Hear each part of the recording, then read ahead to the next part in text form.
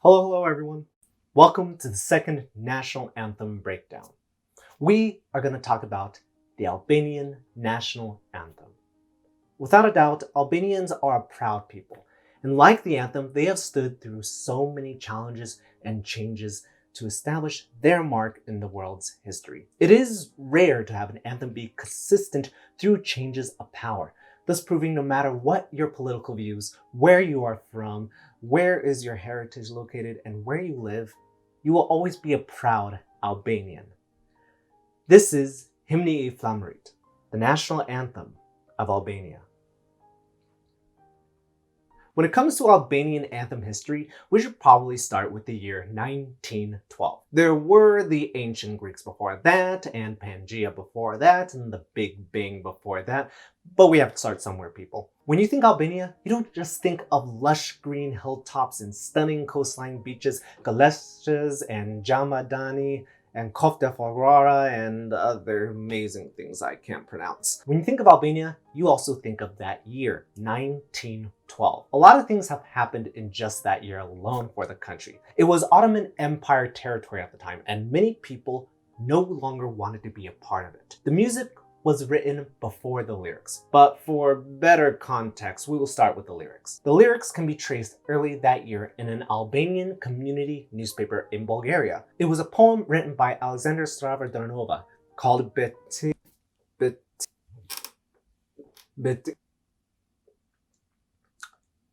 the Pledge on the Flag.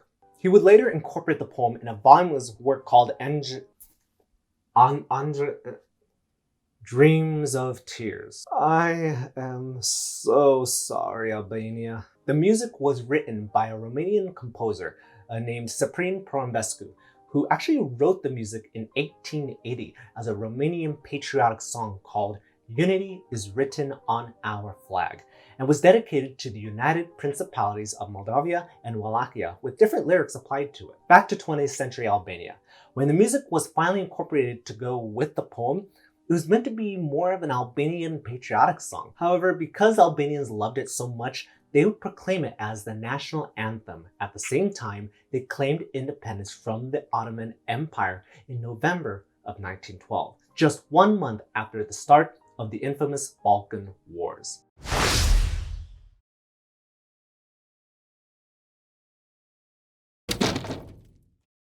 As I said before, Hymni Flamurit would be the official national anthem when Albania declared independence from the Ottoman Empire on November 28, 1912. After one principality and 4 communist-led Socialist Republic of Albania's later, it has still remained the country's anthem. This is quite rare for an anthem to stay this consistent, even through different forms of government would change over time. As I said in my Afghanistan video, one of the first steps of establishing a new government sometimes involves changing national symbols, and that usually includes national anthems. The current government made sure to keep the anthem official in Albania's constitution, located in Part 1, Article 14, Section 4.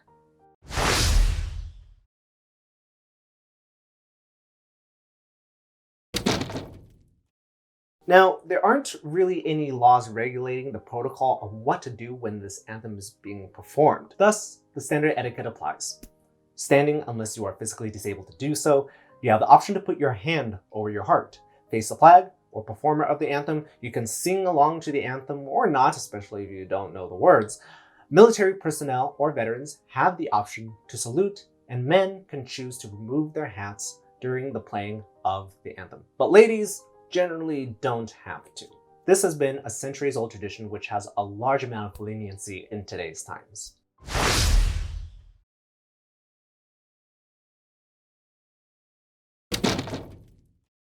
When you look at the sheet music for Hymni Flamurit, you will see that it is in an ABB format, with there being 3 melodic motifs.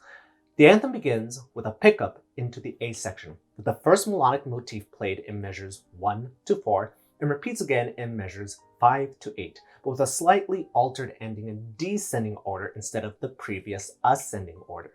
Yet it's consistent with the same rhythm, with a triplet followed by a dotted quarter, an eighth note followed by 2 quarter notes on the third and fourth beats in the third measure, and finishing with a half note on the downbeat of the fourth measure. We then follow another pickup into the B section, leading us into the second melodic motif in measures 9 to 12, followed by the third melodic motif in measures 13 to 16. The anthem concludes with the B section, repeating one more time. I'm trying to find as much research into any significance with Albanian folk music from the northern and southern parts of the country, but it seems the only one I could find, and I'm really stretching far here, is that the standard method of singing national anthems in unison amongst citizens greatly applies to Hymni Flamurit, because the northern Albanian Gegs are known to sing monophonic for a variety of epic poetries that would verbally pass down to generation to generation. Now, I've asked around and looked online for the perspectives from different Albanians, and it seems there is a vast majority of pride for it. Many consider Anthem as much of their culture equal to that of the people's food, clothing, language, and tradition. On a different note, opinions did flare during one recent event. In the fall of 2019, France went up against Albania in a football match. Usually the visiting team, in this case Albania, has their anthem traditionally performed first out of respect. However, when Hymni Flamurit was supposed to be played, another anthem accidentally took its place. Well, we've all heard that phrase, getting off on the wrong foot, but have you heard the phrase, getting off the wrong tune? Well, that certainly suits this particular story.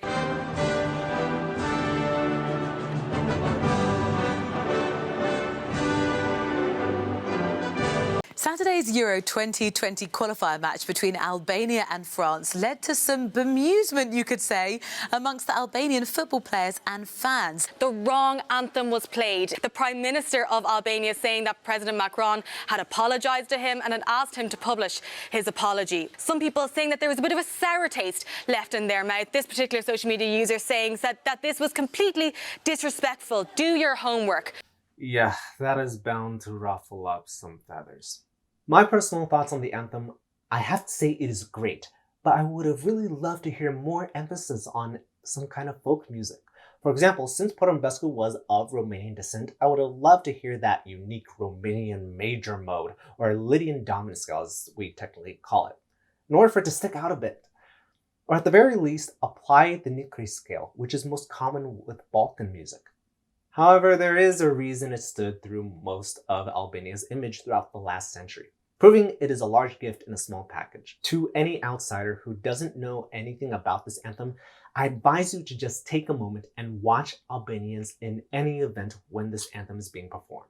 See them rise, see them stand strong, be hopeful, and proud of their heritage. As I said before, this is not just an anthem. It is a part of a people's culture. And not many countries can say that.